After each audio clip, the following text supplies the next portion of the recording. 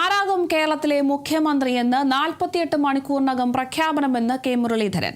ദീപാദാസ് മുൻഷി വിളിച്ചെന്നും നാളെ എത്തണമെന്ന് നേതൃത്വം ആവശ്യപ്പെട്ടതായും മുരളീധരൻ പറഞ്ഞു.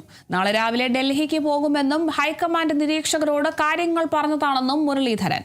എംഎൽഎമാരുടെ പിന്തുണയുമായി ബന്ധപ്പെട്ട വിഷയത്തിൽ പുറത്തുവന്ന പിന്തുണ ആയിരിക്കില്ലല്ലോ ശരിയായ പിന്തുണയെന്നും മുരളീധരൻ വ്യക്തമാക്കി.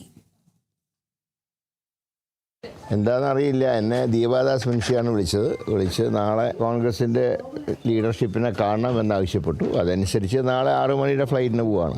ഏതായാലും നാളെ മറ്റന്നാളായിട്ട് എന്തായാലും തീരുമാനം വരും. നിങ്ങളുടെ ആകാംക്ഷയ്ക്കൊക്കെ അറുതി വരുന്നതാണ് എൻ്റെ പ്രതീക്ഷ. എംഎൽഎമാരുടെ എണ്ണം നിങ്ങൾ പറയുന്ന പോലെ ആയിരിക്കണം എന്നില്ലല്ലോ. എംഎൽഎമാർ അതിൻ്റെ അകത്ത് പോയി പറഞ്ഞ കാര്യങ്ങളല്ലേ, അതുകൂടെ കേന്ദ്ര നേതൃത്വം അതൊക്കെ പരിശോധിക്കും. ഹൈക്കമാൻഡ് തീരുമാനം എടുത്താൽ അത് ഫൈനലാണ്. അതിനെ പ്രത്യേകിച്ച് ബോധ്യപ്പെടുത്തേണ്ട ആവശ്യമില്ല. ഞങ്ങൾ ആരും തന്നെ ഹൈക്കമാൻഡിൻ്റെ ഒരു ഉത്തരവിനെയും ഞങ്ങൾ ലംഘിക്കില്ല. 48 മണിക്കൂറിനധികം പോകില്ല എന്നാണ് എൻ്റെ പ്രതീക്ഷ.